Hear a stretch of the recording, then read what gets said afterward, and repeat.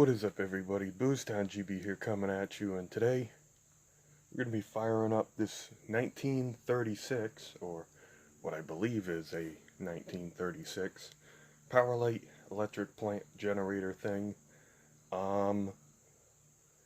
It's a freak of nature, if you ask me. And if it is truly from 1936, that's amazing, because this thing just works. Like a Bethesda game. It just works. I don't know how, but it does. So, my intention is to eventually run this engine off of fuel made from the turbo barrel. As you can see in the top left there, we got the old barrel back. It's coming back, because I think that's a better setup than a vertical tank. This video isn't about that today. It's about firing this thing up and just listening to it and seeing how it runs. It's pretty neat, if you ask me. I made the custom exhaust on it. It's not perfect, but at least it looks kind of cool. The little nipple on the end there is, I just had that lying around. I didn't have a proper plug, and I didn't want to weld the pipe.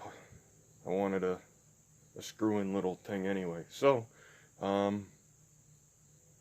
guess we'll hook the battery up and see what happens. It does still charge. The electric start does work. It's a little weak. I don't know what it's supposed to actually have for a battery bank. It's a 32 to 40 volt generator, so it might need 2 batteries. It might not. I'm not exactly sure. So when I got this thing, this little voltage regulator thing, as you can see, let me unhook the battery. It was broken. The ground wire on the back here it was gone, and there was also no spring here. The spring is a little too heavy, so I have to manually activate it.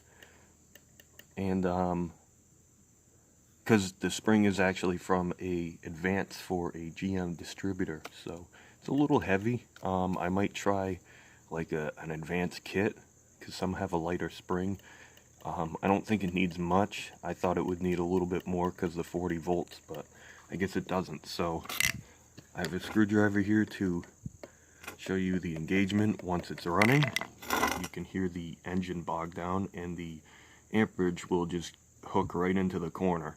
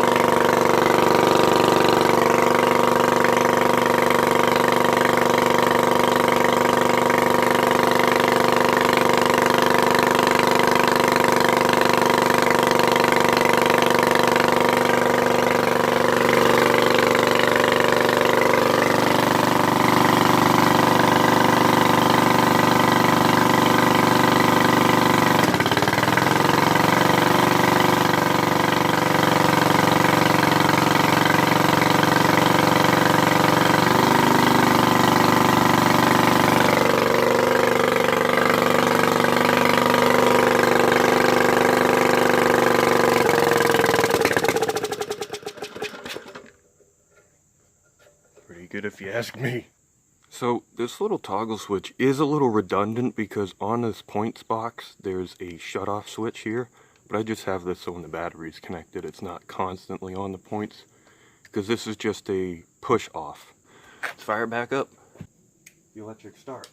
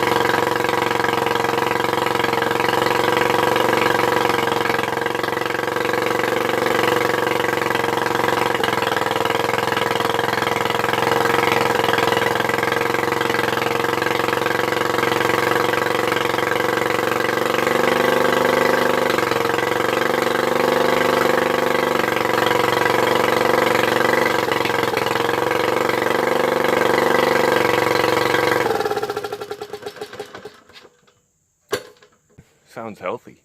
Didn't look like it was running out of fuel, but it might need a little bit more. I don't know how far down that suction tube is. It could be a little rotted off.